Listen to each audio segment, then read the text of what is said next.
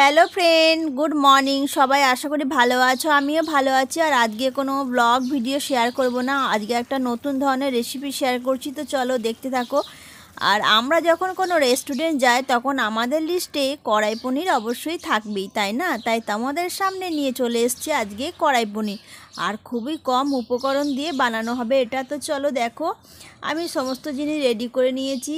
পেঁয়াজ কুচি নিয়েছি, কাজু নিয়েছি, টমেটো একটু কুচিয়ে নিয়েছি, আর আদা নিয়েছি। তোমরা চাইলে রসুন দিতে পারো। তো প্রথমে আমি কড়াইয়ে সাদা তেল দিয়ে কাজুগুলা ভেজে নিলাম হালকা করে। তারপরে আমি কুচানো পেঁয়াজগুলো হালকা সামান্য নাড়াচাড়া করে নেব।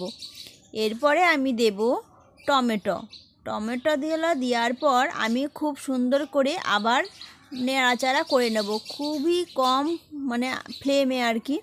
হালকা নাড়াচাড়া করতে হবে, বেশি ভাজতে হবে না।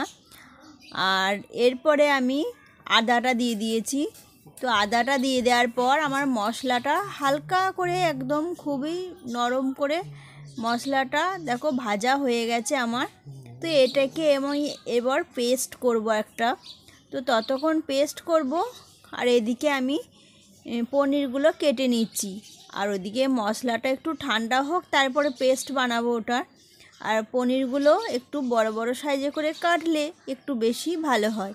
আর সবার বাড়িতেই প্রায় এই সমস্ত জিনিস থাকে, তাই তোমরা চাইলে এইভাবে বানিয়ে নিতে পারো। দেখো আমি এখানে পনিরগুলো কেটে নিয়েছি।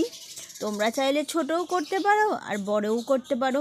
তো আমি কড়াইয়ে সাদা তেল নিয়ে নিয়েছি। তো পনিরগুলো এরপর আমি ভেজে নিচ্ছি। আর পনিরগুলো খুবই কম আঁচে ভাজবো, যাতে খুব বেশি ভাজা না হয়ে যায়, তা না হলে পনির শক্ত হয়ে যায়। এটা অবশ্য সকলেই জানো।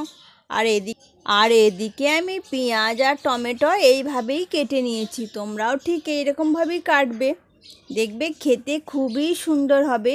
তো দেখো আমার পনিরগুলো ভাজা হয়ে গেছে হালকা আছে। আর এইভাবেই পনিরগুলো ভাজতে হবে, যেন বেশি ভাজা না হয়। পনিরগুলো ভাজা হয়ে গেছে আর মশলাটাও আমার ঠান্ডা হয়ে গেছে, তাই আমি মিক্সিতে পিষে নিচ্ছি, মশলাটা পেস্ট করে নেব। দেখো, এতে কিন্তু কোনো রকম জল দিলে চলবে না। তো পেস্ট করা হয়ে গেছে মশলা আমার।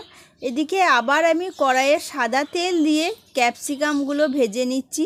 প্রথমে ক্যাপসিকামটা একটু হালকা নাড়াচাড়া করে নিতে হবে। তারপরে আমি কেটে রাখা পেঁয়াজগুলো ওর সাথে আমি দিয়ে দিচ্ছি। তো দুটোকে একসাথে খুব সুন্দর করে হালকা আঁচে ভেজে নিতে হবে, একদম বেশি ভাজলে চলবে না। তো এটা খেতে খুবই টেস্টি হয়। তোমরা খুবই কম উপকরণ দিয়ে বানাতে পারবে বাড়িতে। একবার বানিয়ে খেয়েও দেখবে, অবশ্যই ভালো লাগবে। আর দেখো আমার ক্যাপসিকাম আর পেঁয়াজ ভাজা হয়ে গেছে।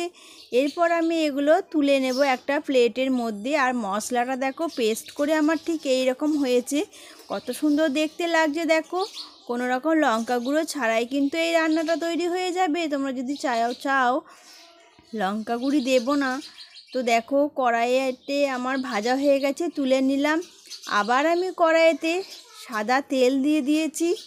আর ওই যে পেস্ট করে রাখা মশলাটা আমি দিয়ে দিচ্ছি। তো এটা দিয়ে দেওয়ার পর আমি খুব সুন্দর করে নাড়াচাড়া করে নেব। আর মিক্সির মধ্যে যেটুকুনি ছিল ওটাতে একটু জল দিয়ে আমি আবার ওর মধ্যে ঢেলে দিচ্ছি, যাতে মশলাটা ওয়েস্ট না হয়ে যায়। তো এইভাবেই সুন্দর করে নাড়াচাড়া করে নেওয়ার পর আমি 1 চামচ ধনে গুঁড়ো, 1 চামচ জিরে গুঁড়ো, 1 চামচ হলুদ গুঁড়ো আর অল্প কাশ্মীরি লঙ্কা গুঁড়ো দিলাম। তো এখানে আমি কোনো লঙ্কা ব্যবহার করিনি। তোমরা যদি ঝাল খেতে চাও তো অবশ্যই দিতে পারো ঝাল। তো এখানে দেখো একটা পনির মশলা আছে, এই পনির মশলাটা অবশ্যই দেবে, যদি কারোর না থাকে কোনো অসুবিধা নেই। আর এই যে একটা গরম মশলা আমাদের এখানে যেটা পাওয়া যায়, এই গরম মশলাটা দিলাম।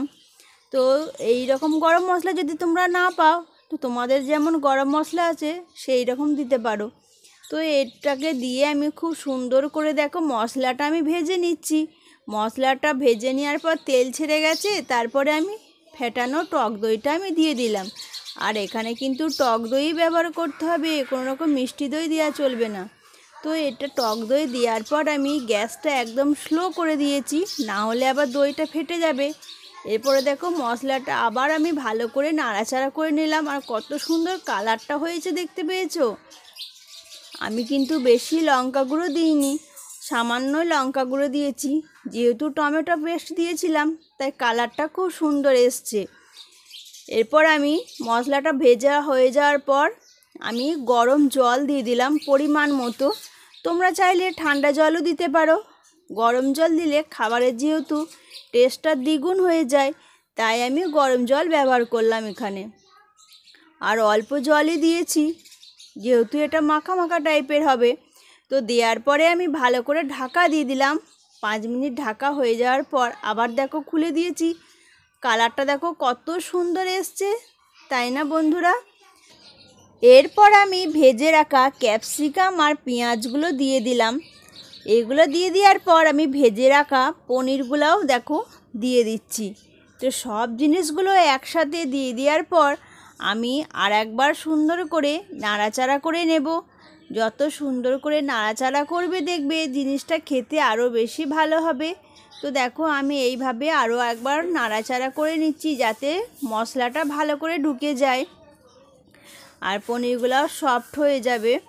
আর আগে আমি কোনো নুন ব্যবহার করিনি, এরপরে আমি পরিমাণ মতো নুন দিয়ে দিলাম। তোমরা চাইলে একটু মিষ্টি দিতে পারো, কিন্তু মিষ্টি না দেওয়াটাই ভালো। এই রান্নাটাই খেতে কিন্তু এমনিতেই খুব সুন্দর লাগে, তো যারা মিষ্টি পছন্দ করো তারা দিতে পারো।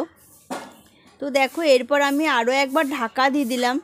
তো আমার হয়ে গেছে, দেখো ঢাকাটা 5 মিনিট রেখে দিয়েছিলাম। রেখে দেওয়ার পর দেখো এইরকম সুন্দর একটা কালার এসছে, কি সুন্দর কালারটা এসছে দেখেছো। তো হয়ে যাওয়ার পর কড়াই পনির আমি ধনেপাতা ছড়িয়ে দিলাম, আর 1 চামচ শেষে ঘি দিয়ে দিতে হবে, তাহলে খেতে অসাধারণ হবে একদম। তো এরপরে আমি আরও একবার নাড়াচাড়া করে নেব। নাড়াচাড়া করে নেওয়ার পর আমি আবার একটু স্লো আঁচে ঢাকা দিয়ে দেব, যাতে জিনিসটা আরও সুন্দর হয়ে যায়। দেখো ঢাকা দেওয়ার পর এই যে জিনিসটা এরকম হয়েছে, কত সুন্দর হয়েছে তোমরা বলবে বন্ধুরা। খেতে অসাধারণ হয়েছিল, আর খুবই কিন্তু কম উপকরণ দিয়ে জিনিসটা বানানো হলো। তোমরা চাইলে অবশ্যই বাড়িতে একবার বানিয়েও দেখবে, ভীষণ ভালো লাগবে খেতে, আর খুব তাড়াতাড়িও হয়ে যায়। আমরা তো সব সময় রেস্টুরেন্টে যাওয়া হয় না, তাই বাড়িতে বসেই যদি এইভাবে রেস্টুরেন্ট স্টাইলে কড়াই পনির বাড়িতে বানানো খাওয়া যায়, বা কোনো গেস্ট এলে যদি খাওয়াতে চাও, তাদের কিন্তু ভীষণ ভালো লাগবে। এইরকম কড়াই পনির সাথে মালাবার পরোটা, রুটি, লুচি সবার সাথেই যাবে। তো ভিডিওটা কেমন লাগলো প্লিজ অবশ্যই জানাবে বন্ধুরা। তো চলো টাটা।